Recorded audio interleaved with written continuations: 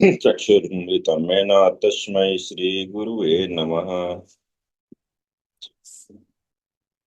आज हम बात करेंगे, जो हम जपा करते हैं तो उसमें जो हमें परेशानियां आती है उसका क्या निवारण है, कैसे निवारण किया जाए। और उसका सबसे बड़ा जो हम सबके साथ होता है कि जब हम जपा करते हैं तो हमारी बॉडी रिलैक्स होती है, और बॉडी जब रिलैक्स होती है तो फिर हमें नींद आती है। देखिए, आत्मा और बॉडी दो अलग अलग चीज हो गई, हमने ये जाना। तो हम जो जपा करते हैं आत्मा के लिए करते हैं, तो आत्मा से अगर आवाज निकल रही है और आत्मा तक जा रही है तो हमें नींद नहीं आएगी। लेकिन और बॉडी तक और सीमित है तो नींद जरूर आएगी। छोटी छोटी बेसिक चीजें हैं, उस पर भी हमें ध्यान देना चाहिए। अक्सर हम करते क्या है कि जिस बिस्तर पे हम सोए हैं, स्नान करके पूजा करके वहीं पे हम बैठ जाते हैं, वहीं जपा शुरू कर देते हैं। वो जो बिस्तर है वो माया देवी है। एक नियम हमें बनाना है कि उस बिस्तर पे हमें नहीं करना है। उस बिस्तर को छोड़ करके कहीं भी नीचे बैठ गए, आसन बिछा लगे, चटाई लगा लिया, वहां हमने कर लिया, खुली जगह पे कर लिया, छत पे कर लिया, कहीं गए, तो बिस्तर पे करने की एक जो आता है उससे भी एक नींद आती है। एक बार का ऐसा प्रसंग है कि जब ये महाभारत का युद्ध खत्म हो गया और भगवान द्वारका में चले गए और अर्जुन अपने हस्तिनापुर में राज्य करने लगे, तो एक बार अर्जुन को इच्छा हुआ कि जाकर के मैं भगवान से मिलूं। तो हस्तिनापुर से निकलते हैं और द्वारका के लिए प्रस्थान करते हैं। तो पहले के टाइम पे तेज गति की कोई साधन नहीं थी, हवाई जहाज वगैरह नहीं था, तो रथ से जा रहे होते हैं। तो आप समझ सकते हैं हस्तिनापुर जो कि अभी दिल्ली है और द्वारका जो कि गुजरात में है, उसके बीच में क्या डिस्टेंस है। तो रथ से जा रहे होते हैं, थोड़ा टाइम लग जाता है। उसके बाद पहुंचते हैं तो भगवान देखे बहुत खुश होते हैं, बोलते हैं अरे कुंती पुत्र तुम आ गए, मैं तो तुम्ही का इंतजार कर रहा था, बहुत दिन हो गए मिले हुए मित्र। जो अर्जुन है वो मित्र भी हैं और उनके शिष्य भी हैं। तो बोलते हैं ठीक है, फिर भगवान कहते हैं कि ऐसा करेंगे, हम लोग लंच साथ में करेंगे। तो आप थोड़ा बहुत दूर से आए हो, थोड़ा आप विश्राम कर लो। और रुक्मिणी जी को आदेश देते हैं कि आप 56 तरह के व्यंजन और जो जो अर्जुन को पसंद हो सारा कुछ आप अरेंज करो, हम आज साथ में लंच करेंगे। अर्जुन जाकर के अपने रूम में जो अतिथि कक्ष होता है उसमें विश्राम करने लगते हैं।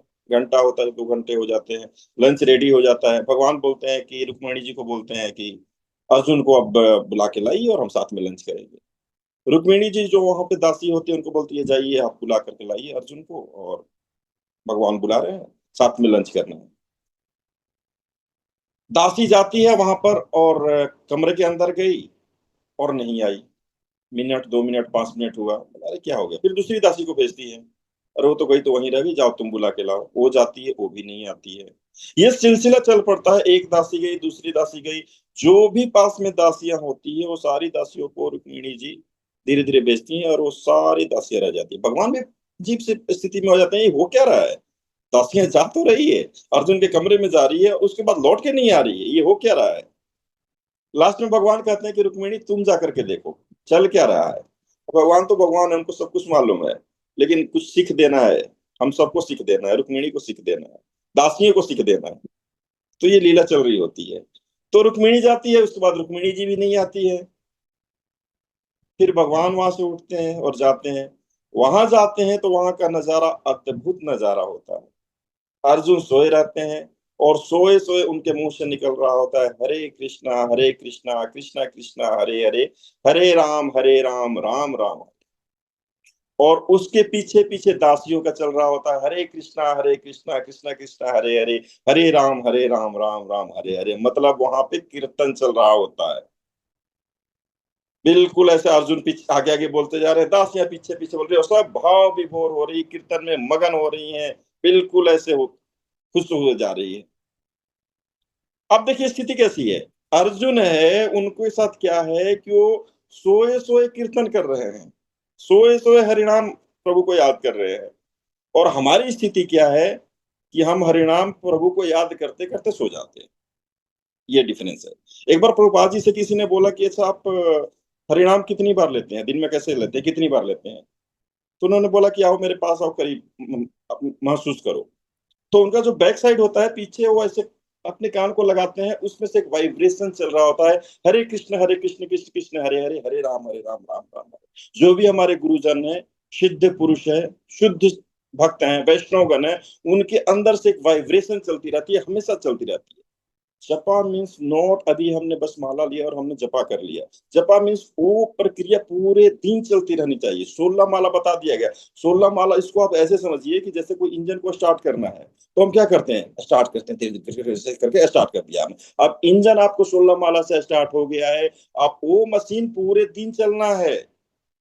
ऑफिस में बैठे हैं, कहीं बैठे हैं, कुछ भी काम है, आप शुरू रहिए। देखिए बॉलीवुड गाने गुनगुनाते हैं लोग, बोलते हैं, तो आपको बस यही गुनगुनाते रहना, कहीं भी रहिए, बात करिए, प्रेजेंटेशन कीजिए, कुछ भी कीजिए, लंच कीजिए, लोगों से मिलिए, लेकिन आपके अंदर वो चलते रहना चाहिए, हरे कृष्ण कृष्ण कृष्ण हरे हरे, हरे राम राम राम हरे हरे, तब जाकर हम कृष्ण में होते हैं। तो ये हमारी जो आत्मा की डोज है, इसको भरपूर मिलना चाहिए। और जैसे जैसे कल हम राज विद्या का जो हम पढ़ रहे थे, तो उसमें हम भक्तों के साथ ऑनलाइन हम लोग रीड करते हैं, तो उसमें हमारा यही था कि इस बॉडी की जो जरूरत है उसको छोड़ दीजिए, आत्मा की जरूरत है उसको पकड़िए, और फिर धीरे धीरे आत्मा की जरूरत ही अपने आप बॉडी की जरूरत खत्म होती जाएगी, माया देवी हमसे दूर होती चली जाएगी। तो इस तरह से हम मिलकर के और जपा कर सकते हैं, और फिर हम आगे की तरफ बढ़ सकते हैं। इसी के साथ मैं अपनी वाणी को यहाँ पे विराम दूंगा। बोले हरिनाम प्रभु की जय, समस्त वैष्णव भक्त वृंद की जय। हरे कृष्ण। हरे कृष्ण प्रभु जी, थैंक यू सो मच इतनी शॉर्ट